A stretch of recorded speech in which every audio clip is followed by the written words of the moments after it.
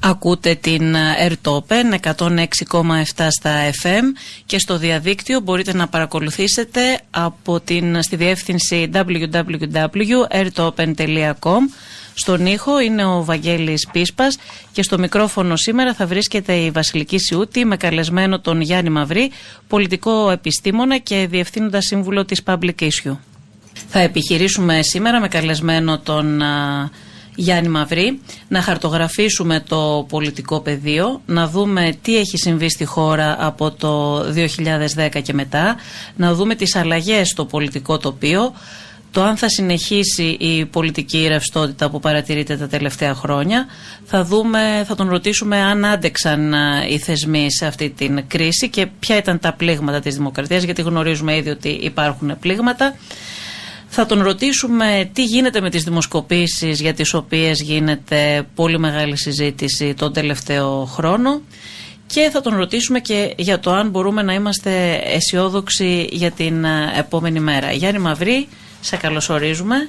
Καλώς σας βρίσκω. Στην εκπομπή και θα ήθελα να ξεκινήσουμε με αυτό το ερώτημα, να δούμε δηλαδή λίγο τι έχει συμβεί στη χώρα από το 2010 και μετά. Εσύ, πέρα από τα χρόνια που εργάζεσαι ως πολιτικός επιστήμονας, έχεις ερευνήσει πάρα πολύ και το παρελθόν, έχεις ερευνήσει και όλη την περίοδο της μεταπολίτευσης από το 1974 και μετά και έχεις ερευνήσει ως επιστήμονας και την περίοδο πριν την Χούντα.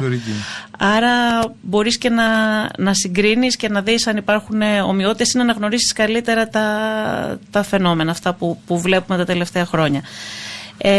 Θα ήθελα να ξεκινήσουμε λοιπόν με αυτή την ερώτηση. Τι έχει συμβεί στη χώρα από το 2010 και μετά, γιατί η πολιτική κατάσταση είναι πολύ διαφορετική από αυτή που ζούσαμε μέχρι τότε? Χωρίς αμφιβολία η τελευταία εξαετία της κρίσης και των μνημονίων είναι μια ολόκληρη εποχή. Ιστορικά μιλώντας, είναι μια εποχή. Στην ουσία κατεδαφίζεται η μεταπολίτευση, ο μεταπολιτευτικός κοινωνικός συμβιβασμός, το κοινωνικό συμβόλαιο της μεταπολίτευσης, δηλαδή το σημείο ισορροπίας που δημιουργήθηκε στη χώρα μετά την πτώση της δικτατορίας ανάμεσα στις κυρίαρχες τάξεις και το λαό, τις κυριαρχούμενες τάξεις. Τα τελευταία 6 χρόνια στην ουσία βλέπουμε φυσικά ως απάντηση στην οικονομική κρίση μια τρομερή επίθεση κοινωνική των κυρίαρχων τάξεων, φυσικά σε συνεργασία με τις διεθνείς συμμαχίες που υπάρχουν του διεθνοποιημένου κεφαλαίου και της Ευρωπαϊκής Ένωσης. Αυτό το οποίο έχει γίνει πια κατανοητό σε όλους είναι ότι στην ουσία έχουμε με ένα ολοκληρωμένο πολιτικό και οικονομικό πρόγραμμα. Το μνημόνιο είναι ένα πρόγραμμα το οποίο υλοποιήθηκε στο μεγαλύτερο βαθμό, μένουν κάποιες ελάχιστα σημεία ακόμα, και το οποίο έχει ανατρέψει χωρίς αμφιβολία ριζικά τον κοινωνικό συσχετισμό των δυνάμεων σε βάρος των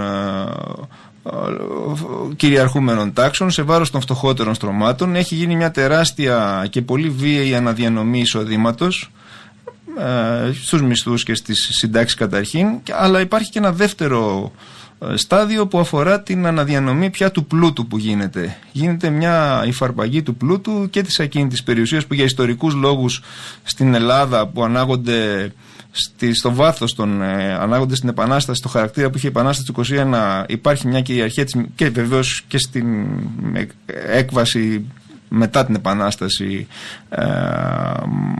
Αυτό που γίνεται είναι μια σταδιακή αφέμαξη και αναδιανομή, ξαναλέω, περιουσίας μέσω της φορολογίας, των κατασχέσεων, το οποίο φυσικά δεν είναι έχει ήδη ξεκινήσει, αλλά θα πάρει και ένα βάθος χρόνου, δεν είναι κάτι που γίνεται μια μέρα στην άλλη.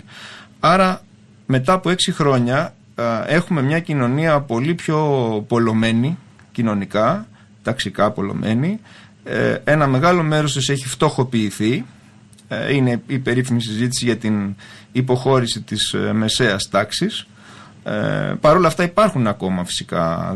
Δεν πρέπει κανείς να καταστροφολογεί ούτε να έχει μια σχηματική αντίληψη των πραγμάτων. Σίγουρα όμως μεγάλα τμήματα της κοινωνίας έχουν χάσει σημαντικό μέρος του εισοδήματός τους, έχουν χάσει τα εργασιακά τους δικαιώματα και φυσικά, και αυτό είναι νομίζω και το επιστέγασμα όλης αυτής της ιστορίας, χάνουν σταδιακά και τα πολιτικά τους δικαιώματα.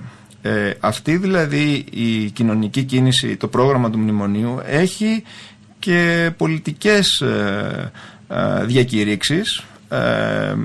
Πρώτα απ' όλα, και νομίζω ότι αυτό το οποίο καταλαβαίνει και ο κάθε απλός άνθρωπος σήμερα, είναι ότι έχουμε να κάνουμε με μια ολοκληρωτική πια παράκαμψη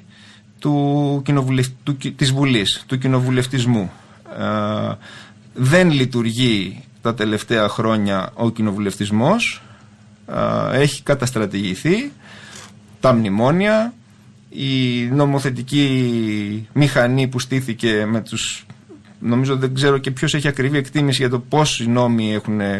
Πάντως οι συνταξιούχοι βουλευτές στο περιοδικό τους πριν από 2 χρόνια που το είχα δει, μιλάγανε για 450 νόμους του μνημονίου. Δεν ξέρω αν έχουμε ξεπεράσει, και φυσικά μιλάμε για όλο αυτό το οικοδόμημα του κατεπήγοντος, των πράξεων νομοθετικών περιεχομένου, που είναι στην ουσία μια ουσιαστική κατάργηση του κοινοβουλευτισμού που, και εδώ έχουμε μια αναλογία με το παρελθόν, μπορεί κανείς να δει μόνο στην περίοδο του εμφυλίου πολέμου.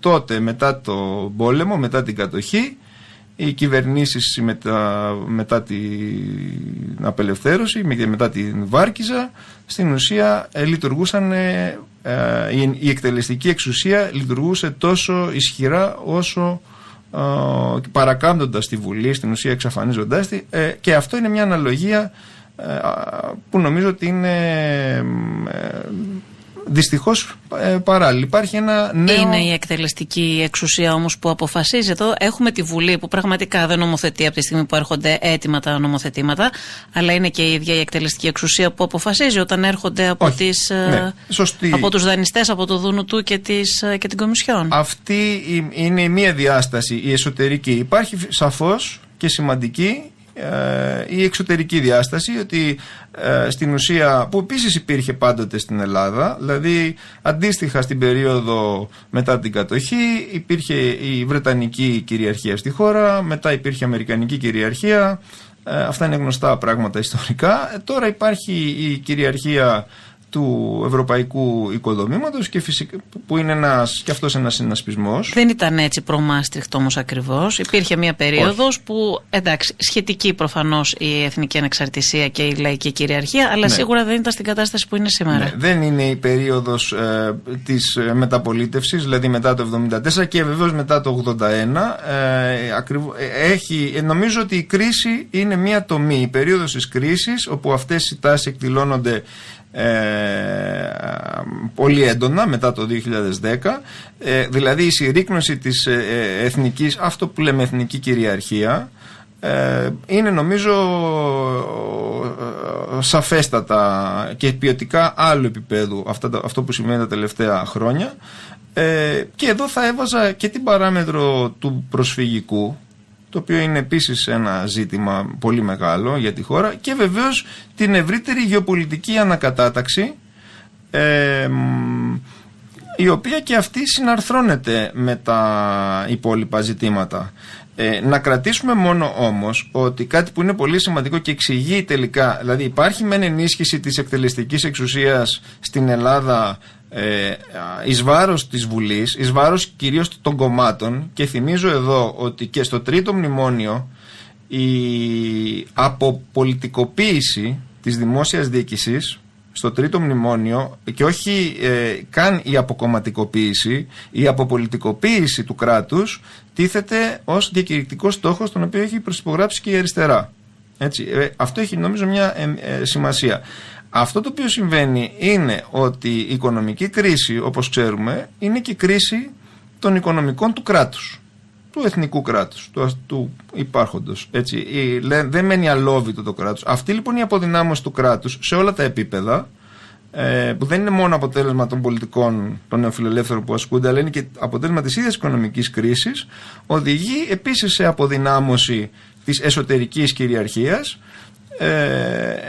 Και αυτό είναι νομίζω κάτι που κάθε καλόπιστος παρατηρητής μπορεί να το παραδεχθεί. Σε αυτό λοιπόν το έδαφος της αποδυνάμωσης και της αποδόμησης της κρατικής ισχύως και κυριαρχίας που παρατηρούμε, που αφορά τα σύνορα, τη ρευστοποίηση των γκριζών ζωνών παντού, αφορά τις αρμοδιότητες, αφορά την εμφάνιση, και σε αυτό λοιπόν το κενό που δημιουργείται, γιατί στην πολιτική δεν υπάρχει κενό, καλύπτεται. Βλέπουμε λοιπόν ότι αυτό καλύπτεται είτε από την αυξημένη επιρροή άλλων κρατών, ξένων κρατών, είτε επιχειρήσεων, είτε οργανωμένων συμφερόντων, είτε μαφιών, και νομίζω ότι αυτό το φαινόμενο που είναι πιο έντονο και πιο καθαρό, δεν έχει φυσικά σχέση με τη χώρα, αλλά τα στοιχεία αυτά τα βλέπουμε αλλού, είναι πιο εμφανή στις χώρες της λεγόμενης Λατινικής Αμερικής, ίσως και της Αφρικής, και βεβαίως και της Αφρικής. Έτσι. Να ρωτήσω κάτι. Όταν ξεκίνησε η κρίση, το στίχημα ήταν για την κοινωνία να μην πληρώσει εκείνη την κρίση, να μην πληρώσουν την κρίση οι εργαζόμενοι, να μην πληρώσουν τα φτωχότερα στρώματα, αλλά να την πληρώσουν αυτοί που την προκάλεσαν. Επίσης, θυμόμαστε όλοι. Δεν νομίζω ότι ήταν αυτό το στίχημα για όλους. Για αυτούς που κατέβαιναν στο Σύνταγμα. Βεβαίως το αντίθετο για ορισμένους. Αυτοί που κατέβαιναν στο Σύνταγμα. Ίσως ήταν και μια τεράστια ιστορική ευκαιρία, όπως κάθε κρίση οικονομική. Εκεί θέλω να καταλήξω. Και κάθε χρεοκοπία. Ναι. Είναι γνωστό. Αν ήταν και για ποιους ήταν τελικά ευκαιρία αυτή η κρίση. Η κρίση ενδεχομένως ήταν ευκαιρία, μάλλον από ό,τι φάνηκε ήταν πράγματι. Ναι. Αλλά το θέμα είναι για ποιους ήταν. Νομίζω ότι αυτό ευκαιρία. Το θέμα είναι λυμμένο και θεωρητικά και ιστορικά σε περιόδους και κυρίως στις περιπτώσεις των χρεοκοπημένων κρατών, οι δυνάμεις οι οποίες επωφελούνται είναι ακριβώς οι ίδιες και είναι αυτές που επωφελούνται και στην Ελλάδα και έχουν επωφεληθεί στο παρελθόν. Για όσους αγοράζουν κοψοχρονιά τη δημόσια περιουσία που ξεπουλιέται, για παράδειγμα, αποδείχτηκε ότι ήταν μια χρυσή ευκαιρία η κρίση. Επίσης, το άνοιγμα της αγοράς της ελληνικής οικονομίας, όταν λέμε άνοιγμα εννοούμε η διευκόλυνση των μεγάλων πολυεθνικών εταιριών να. Δεν έχουμε δει όμως και εκεί επενδύσεις ξένες, δεν έχουν γίνει ακόμα καθόλου. Φυσικά και δεν έχουμε προς το παρόν, γιατί αυτό προϋποθέτει πολύ περισσότερα πράγματα. Αυτό που βλέπουμε είναι φυσικά οι εξαγορές, είναι αυτό που έγινε με τις ελληνικές τράπεζες, τις πρώην ελληνικές τράπεζες, το τραπεζικό σύστημα που αυτή τη στιγμή δεν έχει η χώρα τραπεζικό σύστημα. Οι οποίες είχαν περάσει σε εθνικό φυσικά έλεγχο κάποια στιγμή και χάθηκε ο έλεγχος. Χάθηκε ο έλεγχος. Αυτό πληρώθηκε συλλογικά από το χρέος, το χρέος το οποίο επομιζόμαστε όλοι. Κοινωνικοποιήθηκε δηλαδή, για να χρησιμοποιήσουμε και μια ντεμοντέ έκφραση, κοινωνικοποιήθηκε η ζημιά των τραπεζών εις βάρος των πολλών και των φορολογουμένων. Αυτό που γίνεται, που έχει γίνει παντού. Και είμαστε σε σήμερα νομίζω ότι έχει ολοκληρωθεί στο μεγάλο βαθμό αυτό το πρόγραμμα.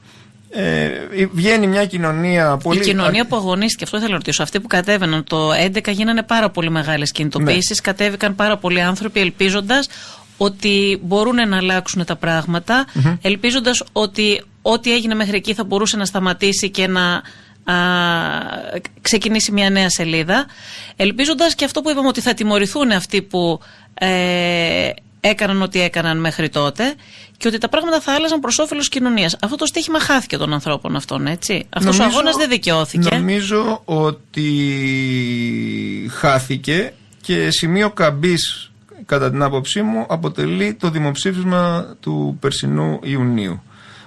Υπήρχε δηλαδή μια ιστορική ευκαιρία και για τις δυνάμεις της αριστεράς και για τις δυνάμεις αυτές της κοινωνίας που ήθελαν την ανατροπή των συσχετισμών δυνάμεων και αυτήν την αλλαγή. Υπήρχε μια τέτοια ευκαιρία και χάθηκε, ή δεν υπήρξε ποτέ αυτή η ευκαιρία? Δεν θεωρώ δόκιμο τον όρο ευκαιρία. Δεν ξέρω τι ακριβώς εννοούμε με την ευκαιρία. Κάποιοι λένε ότι υπήρχε μια ιστορική ευκαιρία της αριστεράς, για παράδειγμα, από το 12 και μετά, για πραγματική ανατροπή των συσχετισμών των δυνάμεων. Μια δυνατότητα να συγκροτηθεί μια εναλλακτική πρόταση που να εκπροσωπεί τις κυριαρχούμενες τάξεις, τα κυριαρχούμενα στρώματα. Υπήρχε τέτοια δυνατότητα και υπάρχει πάντοτε, όσο υπάρχει η κρίση οικονομική, η οποία δεν ξεπερνιέται. Εννοώ ότι όχι ότι είναι στην ημερήσια διάταξη, δεν εννοούμε κάτι, δεν εννοώ την κατάληψη της εξουσίας ή την ανάληψη της διακυβέρνησης, αλλά η ευκαιρία, η δυνατότητα μάλλον, η αναγκαιότητα καλύτερα να υπάρξει εναλλακτική λύση. Προφανώς και υφίσταται, και θα έλεγα σήμερα υφίσταται 100 φορές περισσότερο από ότι το 12 ή το 11. Και ποιος εκφράζει σε κοινωνικό και πολιτικό επίπεδο σήμερα. Και αυτό το στοιχείο της. Καταρχήν, ας πάμε λίγο πιο πίσω. Ότι η ψήφιση του μνημονίου από το Πασόκ του Γιώργου Παπανδρέου κατέστρεψε το Πασόκ, το οποίο ήταν το κόμμα, το κατεξοχήν κόμμα της αριστεράς, για να... των λαϊκότερων τάξεων που εξέφρασαν ακριβώς τη ριζοσπαστικοποίηση των μαζών, των λαϊκού κινήματος στην δικτατορία και τη μεταπολίτευση. Όλο αυτό το πράγμα μορφοποιήθηκε στο Πασόκ του 48% το 81%, το οποίο εν συνεχεία εκφυλίστηκε φυσικά. Αλλά βεβαίως άλλο εκφυλισμός και άλλο η κατεδάφιση, την οποία ο εκφυλισμός μπορεί να ξεκίνησε κατά άλλους από το 81, κατά άλλους από το 86, κατά άλλους από το 89. Να συνδέεται με την αλλαγή της διαχείρισης του Πασόκου από τον Κώστα μετά το Σιμίτη, με το ρεύμα του εξυγχρονισμού. Αλλά η κατάρρευση του Πασόκ γίνεται στις εκλογές του 12, όπου θυμίζω τα δύο κόμματα και γενικότερα του δικομματικού συστήματος. Έτσι, τον Μάιο του 12 καταρρέει το δικομματικό σύστημα που συγκροτήθηκε, τα δύο μεγάλα κόμματα στη μεταπολίτευση. Τα ποσοστά τους είναι τα χαμηλότερα και για το Πασόκ φυσικά και για την Νέα Δημοκρατία. Θυμίζουν πολύ έντονα τις εκλογές του 1950, τις εκλογές δηλαδή που γίνανε στην Ελλάδα μετά τον εμφύλιο πόλεμο. Τι είχαμε εκεί? Εκεί είχαμε την ήττα της αριστεράς στον εμφύλιο και τον κατακερματισμό των κομμάτων, την κονιορτοποίηση των κομμάτων, όπου πρακτικά τα δύο κόμματα και της δεξιάς και του κέντρου είχαν συγκεντρώσει πάρα πολύ χαμηλά ποσοστά. Για ποιο λόγο είχαμε αυτήν την... Γιατί υπάρχει ένα κοινό σημείο, φυσικά σε εντελώς διαφορετικές συνθήκες. Αυτό το φαινόμενο η δεξιά που γιατί λέμε δεν ήταν ισχυρή τότε, για παράδειγμα, γιατί δεν είχε ένα ισχυρό κόμμα? Η απέκτηση, εντάξει, θα πάμε αλλού την κουβέντα, αλλά δεν μεταφράζεται πάντα κάθε κοινωνική διαδικασία αυτόματα σε κάποια πολιτική, σε κάποιο κόμμα. Δεν σημαίνει ότι αυτά γίνονται αυτόματα στον αυτόματο πιλότο. Εμείς μετά τη μεταπολίτευση δεν το έχουμε ζήσει αυτό τον κατακαιρματισμό, τον ζούμε για πρώτη φορά μετά τη μεταπολίτευση. Εντάξει, έχει να κάνει με την... να το πω αλλιώς, ότι η μεταπολίτευση, όταν λέμε μεταπολίτευση δεν εννοούμε μόνο τη στιγμή της πτώσης της δικτατορίας που γίνεται σε συνθήκες εθνικής κρίσης, έτσι, μετά την Κύπρο. Υπάρχει όμως εκεί μια σαφέστατη κυριαρχία της λύσης Καραμαλή. Έτσι, υπάρχει ένας πολιτικός ο οποίος έχει αναδειχθεί, έχει επανέλθει και έχει συσπυρώσει το 54%. Η οποία δεν κράτησε όμως τόσα πολλά χρόνια, το δούμε ιστορικά. Ήταν στιγμιαία. Ήταν μόνο για 6 χρόνια κράτησε. Ναι, κράτησε όσο χρειάστηκε για να διαμορφωθεί το πλαίσιο της μετάβασης από τη δικτατορία στη δημοκρατία, με περιχαράκωση φυσικά του εκδημοκρατισμού και της αποχουντοποίησης, αλλά παρόλα αυτά σίγουρα η τρίτη ελληνική δημοκρατία είναι μια αντιπροσωπευτική δημοκρατία που μοιάζει αρκετά με αυτό που θεωρούμε δυτική δημοκρατία. Ενώ πριν τη δικτατορία δεν υπάρχει δημοκρατία στη χώρα, υπάρχει ένα καθεστώς εκτάκτου ανάγκης που επιβάλλεται μετά τον εμφύλιο πόλεμο. Θυμίζω εδώ ότι οι εκλογές είναι πάντοτε, υπάρχουν εκλογές βίας από το 46, νοθείας, το 61, υπάρχει πολύ μεγάλη πόλωση, δεν είναι το ίδιο πράγμα. Στη μεταπολίτευση εδραιώνεται ένα σύστημα κοινοβουλευτικό, κυρίως, και αυτό έχει ενδιαφέρον, για πρώτη φορά διαμορφώνονται κόμματα μαζικά πλην της αριστεράς, πλην της ΕΔΑ και του Κομμουνιστικού Κόμματος. Γίνονται μαζικά αστικά κόμματα που ο κόσμος μπαίνει στα κόμματα, κυρίως αυτό συμβαίνει τη δεκαετία του 80, τα στελεχώνει τα κόμματα, τα εμπιστεύεται και νομίζω ότι αυτό εξηγεί και αυτή είναι μια πλευρά του δικομματισμού, και στη συνέχεια τα εγκαταλείπει. Τα απαξιώνει. Ο κόσμος, η κοινωνία δηλαδή συγκρότησε τα κόμματα, και αυτό είναι κάτι προοδευτικό. Η δημιουργία κομμάτων είναι προοδευτικό. προοδευτικό στοιχείο. Δεν πρέπει να το ξεχνάμε αυτό. Και σήμερα που καταγγέλουμε τα κόμματα και την κομματοκρατία, θα πρέπει αυτοί που την καταγγέλνουν να μας πούνε αν η εναλλακτική λύση είναι οι επιχειρήσεις, να αναλάβουν την πολιτική διακυβέρνηση οι επιχειρήσεις ή κάποια τεχνοπολιτική. Νομίζω πιο σωστά θα έπρεπε η καταγγελία να εντοπίζεται στα συγκεκριμένα κόμματα και όχι γενικά στα κόμματα ως θεσμούς. Τα συγκεκριμένα κόμματα λοιπόν που διαχειρίστηκαν τις τύχες της χώρας και της κοινωνίας καταραίουν το 10. Έτσι. Μπαίνουμε σε μια περίοδο κρίσης εκπροσώπησης ανοιχτής. Γίνεται αυτό το πράγμα που είδαμε και τον Μάιο και τον Ιούνιο και στην ουσία μέσα σε αυτό το κλίμα της κατάρρευσης κυρίως του ΠΑΣΟΚ που εκπροσωπεί τα λαϊκά στρώματα αναδεικνύεται σταδιακά ο ΣΥΡΙΖΑ. Οικοδομεί δηλαδή μια σχέση εκπροσώπησης με τις λαϊκές τάξεις ο ΣΥΡΙΖΑ, ο οποίος δεν είναι ΠΑΣΟΚ, είναι κάτι άλλο. Είναι ένα να άλλο ρωτήσω μόρφωμα. κάτι όμως ναι. πριν. Αναφέρθηκε ότι το ΠΑΣΟΚ κέρδισε τις εκλογές με 48%. Ναι. Γιατί δεν είδαμε κάτι αντίστοιχο τώρα με τον ΣΥΡΙΖΑ που υπήρχε και τόση οργή για το προηγούμενο σύστημα, για το δικομματισμό, για τα δύο κόμματα που οδήγησαν τη χώρα εκεί που την οδήγησαν. Γιατί δεν είδαμε ένα τέτοιο ρεύμα προς τον ΣΥΡΙΖΑ όπως είχε γίνει με το ΠΑΣΟΚ το 81? Γιατί η εποχή... Δεν κατάφερε καν να κερδίσει αυτοδυναμία. Η εποχή είναι πολύ διαφορετική, είναι πολύ πιο... δεν υπάρχει ο ριζοσπαστισμός που υπήρχε και κινητοποίηση. Είναι πολύ διαφορετικά όλα από τη δεκαετία του 70. Το θυμίζω εδώ ότι τα κόμματα φτάσαν να έχουν εκατοντάδες χιλιάδες μέλη. Το ΠΑΣΟΚ είχε φτάσει να έχει 250-260 χιλιάδες μέλη. Η Νέα Δημοκρατία κάποια στιγμή μετά το 89 έφτασε να έχει 600 και 700 χιλιάδες μέλη. Ο ΣΥΡΙΖΑ ουδέποτε ξεπέρασε τις 30.000 στα χαρτιά. Επίσης υπήρχαν κοινωνικά κινήματα, υπήρχαν κινήματα νεολαίας, υπήρχαν κινήματα στον εργοστασιακό χώρο, υπήρχαν άλλου τύπου η πολιτικοποίηση δηλαδή της μεταπολίτευσης και η σχέση της κοινωνίας με την πολιτική δεν είναι η ίδια τη δεκαετία του 90 με ό,τι έχει συμβεί. Και το 11 η κινητοποίηση όμως ήταν μεγαλειώδης. Μεγαλειώδης δεν ήταν μαζικές όμως, και αυτό είναι ένα στοιχείο πράγματι το οποίο έχει υποεκτιμηθεί. Οι κοινωνικές κινητοποίησεις κάθε είδους είναι πολύ σημαντικές. Δηλαδή μπορεί να ξεπερνάνε και τους αριθμούς των 2 εκατομμυρίων και 2,5 εκατομμυρίων. Κινητοποιήθηκε κόσμος. Όμως, πρώτον, λόγω ανυπαρξίας συνδικάτων, τα συνδικάτα είναι μια σφραγίδα χωρίς κοινωνική βάση, γραφειοκρατική και απολύτως ελεγχόμενη και χειραγωγημένη από τα πάνω. Αυτό είναι σημαντικό ζήτημα. Ήταν ήδη αναξιόπιστα στην αρχή της κρίσης, από την αρχή της κρίσης. Στην ουσία τα συνδικάτα στην Ελλάδα πάντα ήταν κυριαρχούμενα από τα κόμματα για ιστορικούς λόγους. Τα συνδικάτα φτιάχτηκαν από τα κόμματα. Ο ΣΥΡΙΖΑ δεν έχει καταφέρει ωστόσο να ο ΣΥΡΙΖΑ δεν θέλησε ισχυρή...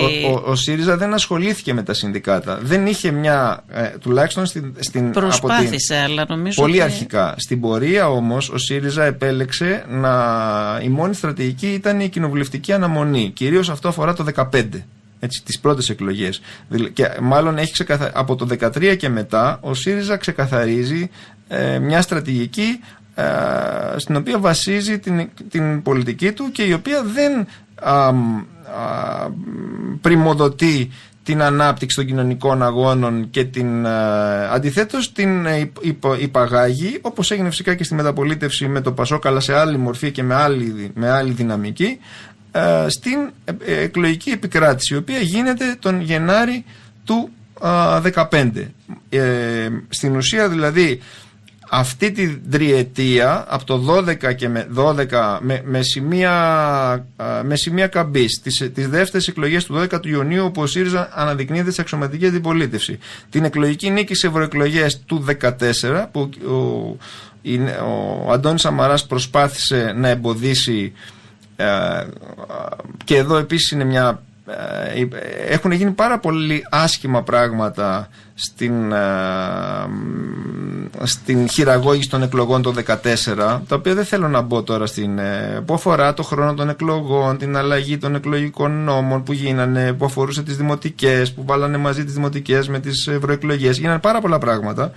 με σκοπό να αποδυναμωθεί η περίπτωση εκλογικής νίκης, που είναι κάτι φυσικά γνωστό, δεν είναι η πρώτη φορά που γίνεται. Ωστόσο. Και τώρα που ανέφερες τις δημοτικές επίσης εξακολουθούν να κυριαρχούν τα δύο παλιά κόμματα. Έτσι? Φυσικά, και αυτό ήταν ένα ακριβώς. Όπως και στα συνδικάτα που αναφέρθηκε. Πολύ σωστή παρατήρηση, και αυτό ήταν και γι' αυτό το λόγο τα παλιά κόμματα γνωρίζανε αυτή το πλεονέκτημα που είχαν, το Πασόκ και η Νέα Δημοκρατία, διότι ένα καινούριο κόμμα για να ριζώσει στην κοινωνία χρειάζεται χρόνο. Δεν είναι εύκολο να ριζώσει, και όταν λέμε να ριζώσει εννοούμε η τοπική αυτοδιοίκηση να κατεξοχήν στο πρωτοβάθμιο επίπεδο χρειάζεται χρόνο. Ο ΣΥΡΙΖΑ δεν είχε, με την εξέλιξη των πραγμάτων και την ταχύτητα και την τροπή που πήραν τα πράγματα από το 12 μέχρι το 14, ο ΣΥΡΙΖΑ δεν κατάφερε να οργανώσει όλη αυτή την κοινωνική συμμαχία που στράφηκε προς αυτόν, να την οργανώσει, να τη σταθεροποιήσει. Ήταν έτοιμος να κυβερνήσει ο ΣΥΡΙΖΑ, είχε πρόγραμμα? Πιστεύω ότι δεν ήταν έτοιμος. Δεν ήταν έτοιμος να κυβερνήσει. Το θέμα του προγράμματος είναι πάρα πολύ σημαντικό. Τι πρόγραμμα? Αν έχεις πρόγραμμα, το πρόγραμμά σου είναι να κυβερνήσεις. Το θέμα είναι τι πρόγραμμα. Και πώς να κυβερνήσεις. Ναι, όχι, το να κυβερνήσεις. Μισό λεπτό. Γιατί εδώ υπάρχει και ένα άλλο σοβαρό πρόβλημα, το οποίο το αντιμετωπίζουμε και σήμερα και θα το δούμε και στα επόμενα χρόνια. Υπάρχει ένα θέμα του πολιτικού προσωπικού που στελεχώνει τον κρατικό μηχανισμό. Έτσι. Υπάρχουν, για να λειτουργεί ο κρατικός μηχανισμός χρειάζεται, πέραν της ισχύως που έχει ή της εξάρτησης που μπορεί να έχει ή της υπαγωγής του πλέον λόγω των μνημονίων στον έλεγχο, υπάρχει και ένα θέμα της διαχείρισης του κρατικού μηχανισμού με τη διοικητική έννοια. Εκεί λοιπόν αυτό το δυναμικό σε μια μικρή χώρα, έτσι, δεν είναι εύκολο να παραχθεί από την μια μέρα στην άλλη. Ειδικά ένα κράτος το οποίο έχει αποδυναμωθεί διαχρονικά, δεν έχει λειτουργήσει ποτέ στρατηγικά, και πόσο μάλλον σε συνθήκες οικονομικής κρίσης καταραίουν οι βασικές δομές της δημόσια διοίκηση, δεν έχει την δυνατότητα να παράγει αυτό το πολιτικό προσωπικό. Πάντως η κυβέρνηση αυτή είναι ήδη 20 μήνες. Έχει στα χέρια της την εξουσία εδώ και 20 μήνες. Είναι αρκετός καιρός για να έχει δώσει ένα δείγμα. Δεν είναι από τη μία μέρα στην άλλη. Δηλαδή υπήρχε αρκετός χρόνος. Γραφής και μη γραφής. Ναι. Και γραφής και μη γραφής. Αλλά αυτό δεν το λέω για να δικαιολογήσουμε την κυβέρνηση. Λέω ότι είναι μια αντικειμενική δυσκολία, ειδικά με τον τρόπο που λειτουργήσε το δικομματικό σύστημα. Δεν είναι, προστίθεται δηλαδή μια κρίση του κράτους που αφορά την κρίση αναπαραγωγής, ας το πω έτσι λίγο, του πολιτικού προσωπικού που το διαχειρίζεται. Δεν μπορούν να παραχθούν εύκολα στελέχη για την κρατική διοίκηση. Ιδίως δε όταν έχουν αποτύχει και σχετικές μεταρρυθμίσεις. Δεν υπήρχε στην Ελλάδα δηλαδή μια κρατική γραφειοκρατία για ιστορικούς λόγους, όπως υπάρχει π.χ. στη Γαλλία, κληρονομιά της Ναπολεόντιας περίοδου, ή που υπάρχει μια διοίκηση η οποία έχει στα χέρια της το κράτος, ή στο Βέλγιο που μπορεί να μην υπάρχει κυβέρνηση για τόσους μήνες και όντως το κράτος να λειτουργεί. Εδώ το κράτος είναι κομματικοποιημένο και αυτή είναι μια άλλη κουβέντα, και αυτό το στοιχείο μέσα στην κρίση έχει και αυτό προσθέσει προβλήματα. Μπορούσε τελικά ο ΣΥΡΙΖΑ να ανατρέψει τα μνημόνια και την πολιτική αυτή, ή όπως ακούμε τώρα να λένε πάρα πολλά στελέχη του και υπουργοί, και ο ίδιος ο Πρωθυπουργός το έχει πει, ότι τελικά δεν υπήρχε αυτή η δυνατότητα να ανατραπούν τα μνημόνια και να βγούμε από αυτό το αδιέξοδο, στο οποίο πλέον είμαστε στον 7ο χρόνο. Να απαντήσει κανείς με σοβαρότητα στο τι συσχετισμοί δυνάμεων απαιτούνται για να ανατραπεί αυτή η πολιτική δεν είναι απλό. Έτσι. Εκείνο όμως που είναι πιο απλό είναι να πούμε ότι με τον τρόπο που επέλεξε ο ΣΥΡΙΖΑ ήταν απολύτως βέβαιο ότι θα οδηγηθεί στην ήττα. Και αυτό το θέμα όμως έγινε τραγικότερο με την επιλογή του δημοψηφίσματος. Διότι η επιλογή του δημοψηφίσματος, που είναι μια πολύ σημαντική, κατά τη γνώμη μου υπάρχει πολύ μεγάλη προπαγάνδα καθόλου αθώα εις βάρος του δημοψηφίσματος. Κατά την δική μου εκτίμηση το είναι μια ανεξαρτήτως του τρόπου που έγινε, του ερωτήματος που τέθηκε. Επί της ουσίας όμως η πολιτική σημασία του δημοψηφίσματος, που είναι ακριβώς ότι προσφεύγεις στη λαϊκή ετυμηγορία, είναι απολύτως είναι πολύ σημαντική και πρέπει κανείς να το υπερασπίζεται και να το έχει ως αναφορά το δημοψήφισμα του 2015, όπως και να προσθέσω εδώ κάτι το οποίο μας διαφεύγει, ότι από πλευράς συμμετοχής το ελληνικό δημοψήφισμα είναι έχει από τα πιο υψηλά ποσοστά συμμετοχής σε αντίστοιχα δημοψηφίσματα. Ποιο ήταν το λάθος όμως για το οποίο μίλησες για το δημοψήφισμα? Το λάθος είναι... Είπες ότι από εκεί ξεκινάει ναι, όχι. Λέω ότι από εκεί ξεκινάει η ανατροπή, η αγνόηση της λαϊκής ετυμηγορίας, η κατάργησή της σε στιγμιαίο χρόνο, έτσι, είναι το σημείο καμπής, το οποίο πιστεύω ότι από το οποίο και μετά ο ΣΥΡΙΖΑ μπήκε σε μια πορεία αποδυνάμωσης και απώλειας αυτής της σχέσης εκπροσώπησης που απέκτησε ή είχε αρχίσει να δημιουργείται με τα λαϊκά στρώματα της περίοδου από το 12 έως το 15. Αυτό φάνηκε στις εκλογές, παρότι κέρδισε, έτσι δεν είναι? Οι εκλογές, οι δεύτερες, κατά τη γνώμη μου δεν είναι ψευτοεκλογές. Είναι στην ουσία να θυμίσουμε λίγο τα γεγονότα. Είναι εκλογές οι οποίες γίνονται το Σεπτέμβριο, το δημοψήφισμα έχει γίνει τον Ιούλιο, γίνεται η συμφωνία, υπογράφεται το μνημόνιο μέσα τον Αύγουστο, διασπάται ο ΣΥΡΙΖΑ, αποχωρεί, γίνονται πάρα πολλά σημαντικά πράγματα μέσα στον Αύγουστο, που όπως ξέρουμε στην Ελλάδα ο Αύγουστος και το καλοκαίρι λειτουργεί διαλυτικά για όλες τις διεργασίες. Δεν έχει καταλάβει ο κόσμος τι έχει συμβεί και καλείται να ψηφίσει το Σεπτέμβριο.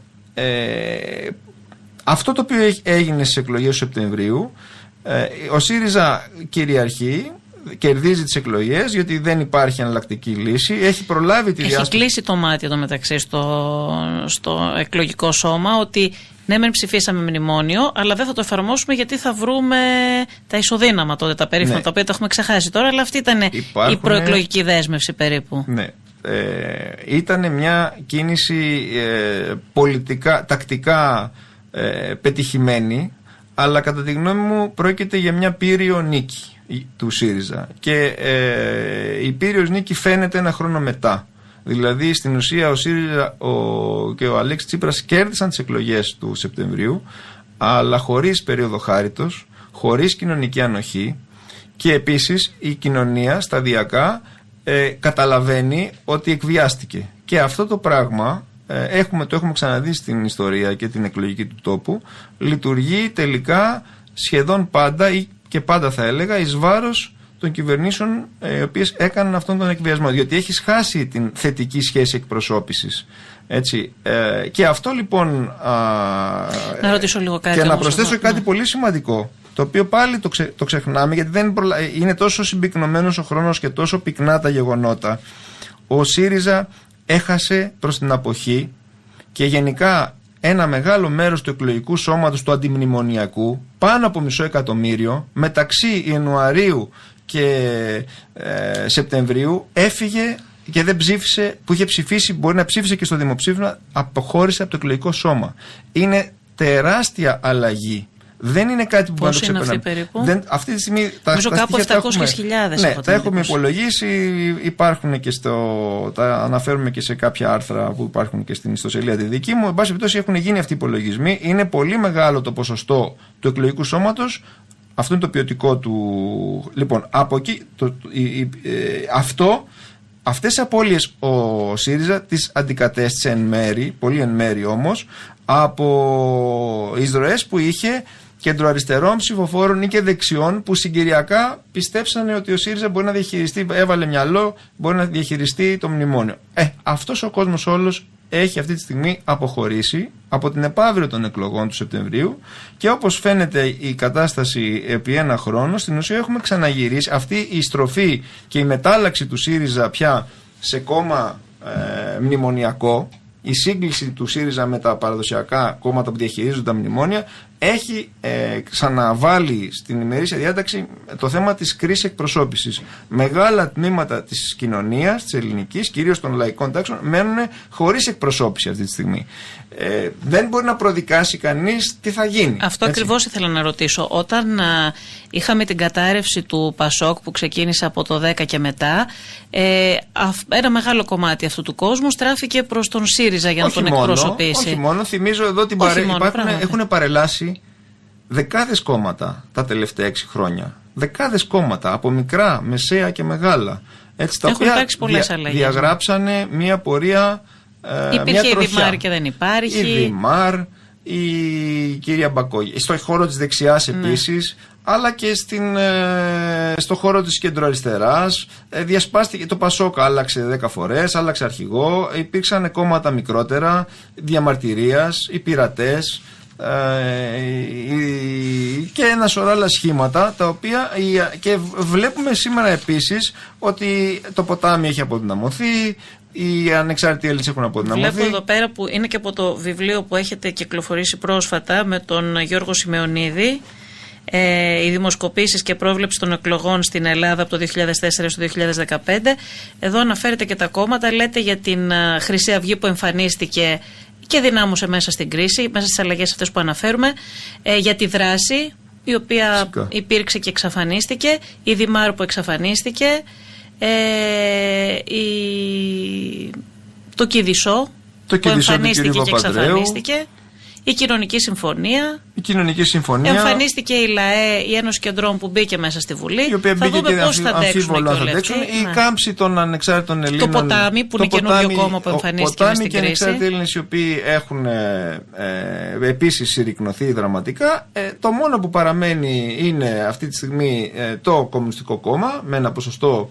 Και αυτή τη στιγμή είναι πάνω από τα ποσοστά των εκλογών το 5,5 που είχε δεχτεί πλήγμα και το Κομμουνιστικό Κόμμα. Είχαν φύγει ψηφοφόροι να πάνε στο ΣΥΡΙΖΑ την προηγούμενη περίοδο. Το Κομμουνιστικό Κόμμα δέχτηκε πλήγμα και το οποίο είναι αυτονόητο. Όταν βλέπεις μια σημαντική αριστερά να διεκδικεί με όρους πραγματικότητα στην κυβέρνηση, στην εξουσία, είναι προφανές ότι όσοι ένα μεγάλο μέρος που διακατέχεται από την κοινή λογική θα προτιμήσει να ενισχύσει την αριστερά. Αυτή λογικά επιστρέφει. Επίσης, να πω εδώ ότι και η γραμμή του Κομμουνιστικού Κόμματος στο δημοψήφισμα, που ήταν ούτε ναι ούτε όχι, βεβαίως, διότι ένα σημαντικό μέρος ψηφοφόρων ψήφισε όχι. Έτσι. Να ρωτήσω όμως λίγο κάτι αυτό που είπα πριν για την κρίση εκπροσώπησης που αναφέρθηκε και πραγματικά είναι πάρα πολύ σημαντικό θέμα. Όταν το ΠΑΣΟΚ άρχισε να καταρρέει, ένα μεγάλο μέρος του κόσμου στράφηκε προς τον ΣΥΡΙΖΑ. Ναι. Τώρα βλέπουμε και τον ΣΥΡΙΖΑ να έχει την ίδια τύχη των κομμάτων. Από το δημοψήφισμα και μετά έχει αρχίσει η αντίστροφη πορεία του ΣΥΡΙΖΑ. Πριν το δημοψήφισμα να πούμε ότι δεν είχε εφαρμόσει ούτε ένα μνημονιακό μέτρο ο ΣΥΡΙΖΑ. Όχι μόνο αυτό, αλλά με την περίοδο, το πρώτο εξάμηνο του 2015 πάλι είναι κάτι το οποίο δεν έχει γίνει κατανοητό. Η συσπήρωση γύρω από τον ΣΥΡΙΖΑ είναι μοναδική, μπορεί να συγκριθεί μόνο με αυτή του 1974, ούτε καν του 1981, και ο ΣΥΡΙΖΑ δημοσκοπικά είναι στο 60%. Αυτή είναι πολύ σωστή επισήμανση, πάρα πολύ σωστή, και πολύ λίγοι την κάνουν. Και όντως αξίζει να αναφερθεί ότι ο ΣΥΡΙΖΑ δεν ήταν στο 36 που πήρε στις εκλογές, αλλά έφτασε. Και επίσης τα ποσοστά είναι λάθος. Οι υπολογισμοί για να έχουμε μια εικόνα της πραγματικότητας πρέπει να γίνονται και με βάση τις ψήφους. Διότι σε συρρικνωμένο εκλογικό σώμα με λιγότερες ψήφους μπορεί να εμφανίσει ένα ποσοστό. Αλλά σημασία έχει ότι χάνεις κόσμο. Ο κόσμος αποχωρεί. Γι' αυτό έχει σημασία, κοιτάμε και τους απόλυτους αριθμούς. Φυσικά, τις ψήφους. Αλλά παρόλα αυτά το σημαντικό είναι ότι ο ΣΥΡΙΖΑ το πρώτο εξάμηνο έχει μια τρομακτική συσπήρωση, πάει με αυτή τη συσπήρωση στο δημοψήφισμα. Το 60-40 του δημοψηφίσματος εξηγείται από την συσπήρωση την προηγούμενη του ΣΥΡΙΖΑ. Η ανατροπή του αποτελέσματος δρομολογεί τη ρήξη, την αποχώρηση και την απομάκρυνση, η οποία βεβαίως δεν εκφράζεται για το λόγο που είπα, ήταν πολύ νωρίς το Σεπτέμβρη, εκφράζεται όμως στο χρόνο τον τελευταίο χρόνο από το Σεπτέμβριο του 2015 έως σήμερα. Εκεί βρισκόμαστε σήμερα. Άρα η αποδυνάμωση του ΣΥΡΙΖΑ ξεκινάει από το μνημόνιο και μετά. Ξεκινάει από το δημοψήφισμα και μετά.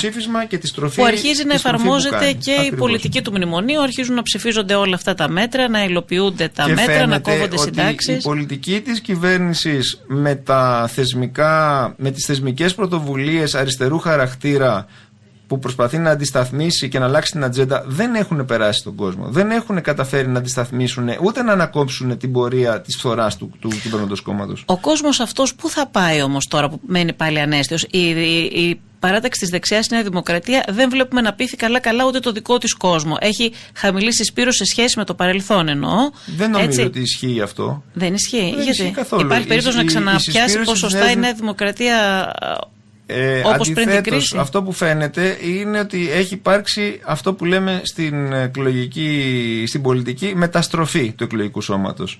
Γιατί υπέρ της Νέας Δημοκρατίας. Γιατί έχει υπάρξει μεταστροφή? Καταρχήν, γιατί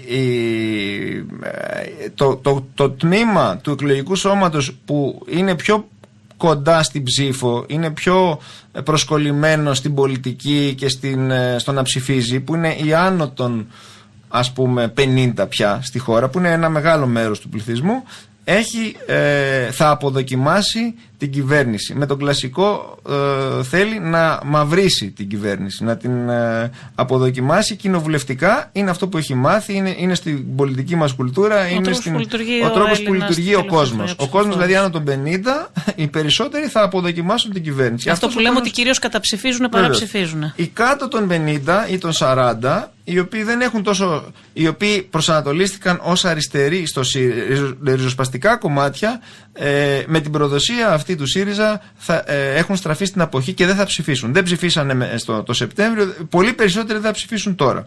Επομένως, οι δε κεντροαριστεροί ψηφοφόροι, οι οποίοι πήγαν στον ΣΥΡΙΖΑ το Σεπτέμβριο αντισταθμίζοντας τις διαρροές που είχε στην αποχή, τώρα και αυτοί γυρίζουν στην Νέα Δημοκρατία, μάλλον στην ουσία μετά τις εκλογές. Και να πω εδώ ότι δεν έχει να κάνει τόσο με την αλλαγή ηγεσίας και την ανάληψή της από τον Κυριάκο. Δεν είναι ο Κυριάκος Μητσοτάκης που συσπηρώνει την Νέα Δημοκρατία. Βεβαίως παίζει ρόλο. Είναι όμως κυρίως αποδοκιμασία της κυβέρνησης. Αυτό είναι βασικό και δεν πρέπει κανείς να κάνει το λάθος να το υποτιμήσει. Ωραία, και στο χώρο αυτό της κεντροαριστεράς, ας πούμε, τι θα γίνει? Το Πασόκ δεν φαίνεται.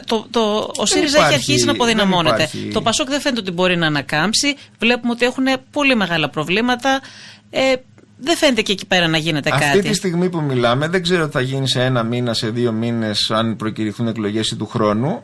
Υπάρχει ένα γενικευμένο ρεύμα προς τη Νέα Δημοκρατία. Γενικευμένο ρεύμα από την κεντροαριστερά, από την κεντροδεξιά, από τη Χρυσή Αυγή, από το Ποτάμι. Ωραία, στην άλλη πλευρά ποιος θα την εκφράσει όμως? Την άλλη πλευρά ποιος θα την εκφράσει? Ο ΣΥΡΙΖΑ αυτή τη στιγμή κρατάει ένα τμήμα του εκλογικού σώματος, μπορεί να μην είναι πάνω από 20%, αλλά έχει μια επιρροή της τάξης του 20%. Εδώ γίνεται και δεν είναι τόσο κρατικοδίαιτο αυτό το ποσοστό, δηλαδή στο δημόσιο τομέα, στους δημοσίους υπαλλήλους που υπάρχει αίσθηση ότι ο δημόσιος τομέας είναι όλος υπέρ του ΣΥΡΙΖΑ. Λάθος. Υπολείπεται της Νέας Δημοκρατίας και στους δημόσιους υπαλλήλους, και να πω, έχει ένα σοβαρό ποσοστό που είναι 30%, ας πούμε, ο ΣΥΡΙΖΑ στους δημόσιους υπαλλήλους. Είναι στους δημόσιους υπαλλήλους πίσω ο ΣΥΡΙΖΑ από τη Νέα Δημοκρατία? Εντάξει, είναι σχεδόν ισοδύναμη, είναι 30 με 32. Άρα είναι λάθος εικόνα που έχουμε. Είναι λάθος εικόνα και κυρίως είναι λάθος διότι το σύνολο των δημοσίων υπαλλήλων, πέρα από την φαντασίωση που υπάρχει, είναι μόλις το 8% του εκλογικού σώματος. Το 8% του εκλογικού σώματος δεν μπορεί να αλλάξει τα δεδομένα όταν έχει ένα τέτοιο. Είναι τόσο μικρό το ποσοστό. Βεβαίως. Δεν είναι. Υπήρχε η αίσθηση όντως, και εδώ πέρα υπάρχει μια παρεξήγηση. Δεν μιλάμε με την αίσθηση, πρέπει να μιλάμε λίγο με τα στοιχεία. Λοιπόν, όταν χάνεις τους μισθωτούς, χάνεις τους συνταξιούχους, τους έχεις εξοντώσει. Χάνεις την νεολαία, χάνεις τους ανέργους, χάνεις τους εργοδότες, χάνεις τους αυτοαπασχολούμενους. Δεν μπορεί να κερδίσεις εκλογές. Αντιθέτως, θα χάσει με μεγάλη διαφορά.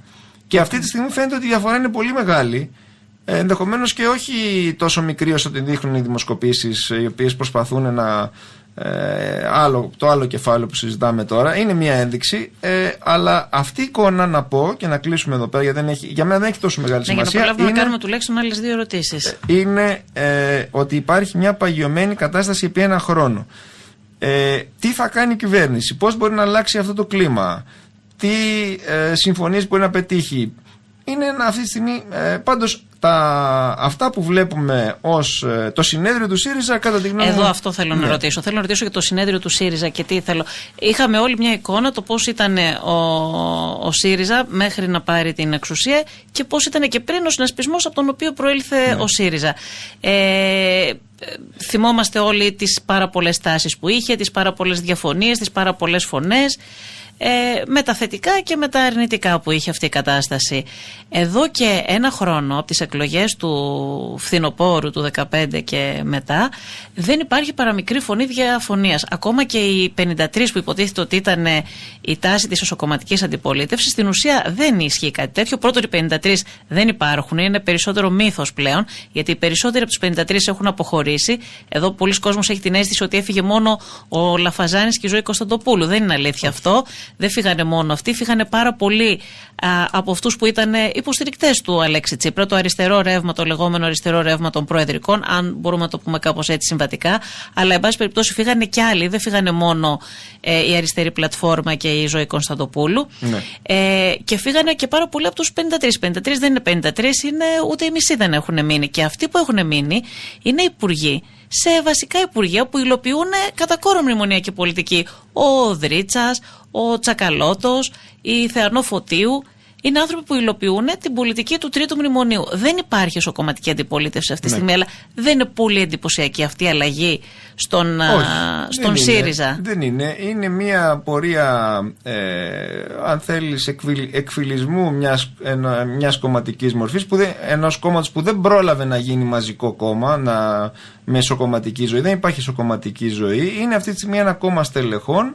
Τα περισσότερα στελέχη αυτά είναι ταυτόχρονα και ασκούν κρατική εξουσία. Έχει δεν μπορεί γίνει πρόσκληση για άνοιγμα. Βέβαια, ανταποκρίθηκαν από ό,τι είδαμε. Έχει ανταποκριθεί ο κύριος Κουβέλης, από ό,τι φαίνεται. Ναι.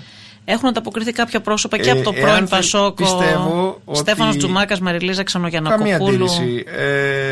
Δεν νομίζω ότι μπορεί κανείς να περιμένει ότι ένα τέτοιο event θα ανατρέψει το πολιτικό σκηνικό όταν 3 χρόνια πραγματικών ζυμώσεων, αυθεντικών κοινωνικών κινήσεων δεν είχε αποτέλεσμα. Ένα κόμμα το οποίο δεν λειτουργεί πρακτικά, δεν παίρνουν αποφάσεις, δεν υπάρχουν όργανα, δεν νομίζω λοιπόν ότι αφορά αφήνει παγερά διάφορους, θα έλεγα. Έτσι, άρα τι περιμένουμε από το συνέδριο του ΣΥΡΙΖΑ? Το συνέδριο του ΣΥΡΙΖΑ είναι μια εσωκομματική διαδικασία, αφορά τους εσωκομματικούς συσχετισμούς ομάδων στελεχών ή ομαδοποιήσεων άλλου τύπου, προσωπικού χαρακτήρα ή σε σχέση με διοικητικές.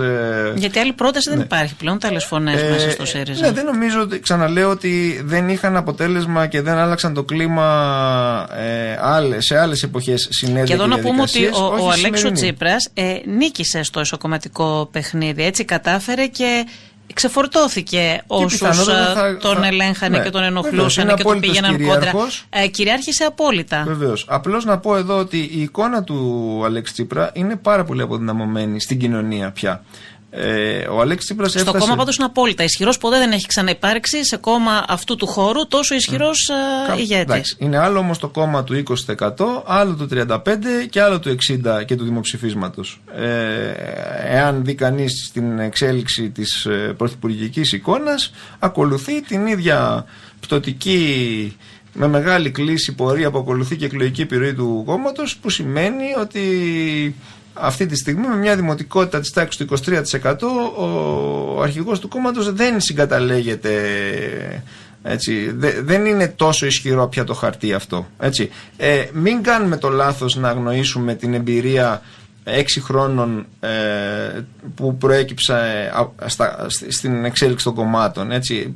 Τα μνημονιακά κόμματα το πληρώσανε αυτό, υποστήκανε φθορά, και νομίζω ότι αυτή τη στιγμή είναι πάρα πολύ δύσκολο να μην ισχύσει το ίδιο και για το ΣΥΡΙΖΑ.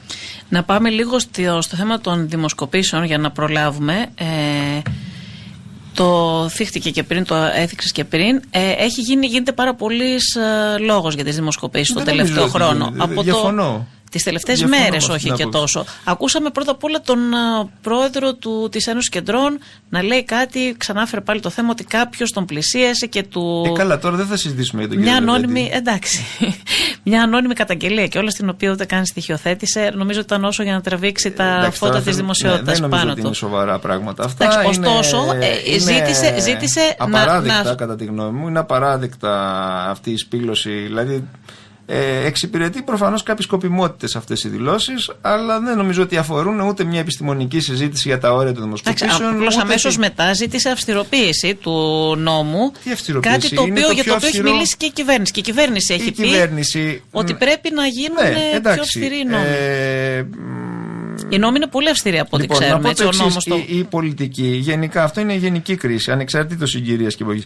Οι πολιτικοί φοβούνται τις δημοσκοπήσεις. Τις δημοσκοπήσεις προσπαθούν να τις εξουδετερώσουν, να τις λογοκρίνουν, να τις ενταφιάσουν. Αυτό υπό κανονικές συνθήκες. Δεν αναφέρουμε μόνο στην Ελλάδα. Οι πολιτικοί γενικώς ή οι κυβερνήσεις? Οι κυβερνήσεις και οι πολιτικοί. Οι πολιτικοί τις αντιμετωπίζουν όπως ο έλεγχος στο σχολείο. Όταν έχεις καλό βαθμό στις δημοσκοπήσεις, πας καλά και ο Θεός είναι μαζί μας, ας πούμε. Όταν δεν πας καλά, φταίνει οι δημοσκοπήσεις. Λοιπόν, η Ελλάδα έχει το πιο αυστηρό νομοθετικό πλαίσιο που ισχύει παγκοσμίως στα 195 πόσα είναι τα κράτη του ΟΗΕ. Δεν υπάρχει άλλο πιο αυστηρό πλαίσιο. Και είναι τόσο αυστηρό το πλαίσιο για ο νόμος 3603 του 2007, του οποίου προείσταται και ο κύριος Κρέτσος, για την υλοποίηση του οποίου έχει ευθύνη και η Γενική Γραμματεία Ενημέρωση. Λοιπόν, ξαναλέω, είναι τόσο αυστηρό που δεν έχει εφαρμοστεί ποτέ. Λοιπόν, εδώ κινδυνεύουμε πάλι. Γιατί γίνεται όλη αυτή η συζήτηση? Κατά τη γνώμη μου, είναι μια απειλή. Η απειλή της αυστηροποίησης δεν είναι για να γίνει καλύτερη, για να έχουμε καλύτερες δημοσκοπήσεις. Είναι στην ουσία, ήταν μια απειλή της κυβέρνησης προς τα κανάλια, τα οποία είναι και οι βασικοί πελάτες των δημοσκοπήσεων, να μην χτυπάνε την κυβέρνηση με τις δημοσκοπήσεις. Έτσι, ανεξαρτήτως αν είναι καλές ή κακές δημοσκοπήσεις, αν είναι πραγματικές, περί αυτού πρόκειται. Μια σοβαρή συζήτηση δεν έχει γίνει στη χώρα. Να πάμε, ωραία, ας το αφήσουμε αυτό. Επί της ουσίας υπήρχε κάποιο πρόβλημα με τις δημοσκοπήσεις, γιατί έχετε δεχτεί αρκετή κριτική οι δημοσκόποι. Βέβαια, εδώ να πούμε ότι δεν έχουν γίνει, παρά την αυστηρή κριτική, δεν έχουν γίνει μεγάλα λάθη στις ελληνικές δημοσκοπήσεις, όπως είδαμε στην Αγγλία που δεν προέβλεψαν καν το αποτέλεσμα, όπως είδαμε στην Ισπανία που δεν βρήκανε τη σειρά. Αυτό που απέτυχαν οι δημοσκοπήσεις στις τελευταίες εκλογές, για παράδειγμα, όπως και στο δημοψήφισμα, ήταν να βρούνε τη διαφορά. Την έκταση της διαφοράς. Από πού να αρχίσεις, λοιπόν. Αλλά και σε ένα τοπίο πάρα πολύ μεγάλης πολιτικής ρευστότητας. Έτσι, που πολλοί άνθρωποι αποφασίζουν την Κυριακή τι θα ψηφίσουν. Είναι, κατά τη γνώμη μου, αστείο να θέλει κανείς να υπάρχουν τρομερές δημοσκοπήσεις στην Ελλάδα όταν δεν υπάρχει τίποτα σταθερό και τίποτα δεδομένο. Έχουμε μια κατάσταση, οι εκλογές της τελευταίας εξαετίας είναι τρομερές, η πολιτική κρίση είναι τρομερή, έτσι, επομένως θεωρητικά εγώ θα έλεγα ότι απορώ πώς οι δημοσκοπήσεις πετυχαίνουν να αποτυπώσουν το κλίμα. Γιατί πετυχαίνουν να το αποτυπώσουν. Τώρα, δεν μπορούμε να τσουβαλιάζουμε τις εκλογές του 12 του Μαΐου που ήταν οι μη κανονικές εκλογές. Εκεί οι δημοσκοπήσεις ήταν πάρα πολύ καλές. Να συγκρίνουμε με το δημοψήφισμα, το οποίο ανάθεμα κι αν είναι μια εκλογική, δεν υπάρχει καμία εμπειρία, κανένα προηγούμενο και δεν γίνανε και δημοσκοπήσεις. Και ήταν μόνο μια εβδομάδα χρόνος. Ήταν μια εβδομάδα στην οποία το ίδιο το διακύβευμα μέχρι την Τετάρτη ήταν υπό αμφισβήτηση αν θα γίνει. Όχι και να χρησιμοποιείς τώρα επιχείρημα ότι απέτυχαν οι δημοσκοπήσεις.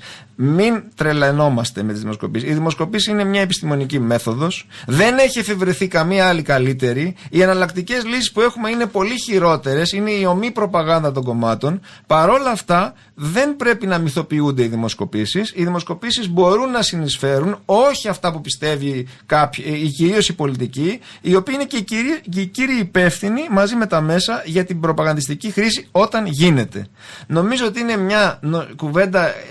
Δεν πιστεύω ότι υπάρχουν προϋποθέσεις να γίνει σοβαρή συζήτηση σήμερα στην Ελλάδα για τις δημοσκοπήσεις, αλλά κατά τη γνώμη μου είναι τεταρτεύον θέμα οι δημοσκοπήσεις. Οι δημοσκοπήσεις απασχολούν μόνο τους πολιτικούς, τους δημοσιογράφους και τους επαγγελματίες της πολιτικής. Ο πολύς κόσμος δεν ενδιαφέρεται για τις δημοσκοπήσεις, ούτε θα πάρει υπόψη του στην αποδοκιμασία του ή την επιδοκιμασία του προς την κυβέρνηση και την αντιπολίτευση, αν βγαίνουν δημοσκοπήσεις. Νομίζω ότι είναι μια κλασική υπερεκτίμηση, κυρίως από την πλευρά των πολιτικών και των δημοσιογράφων.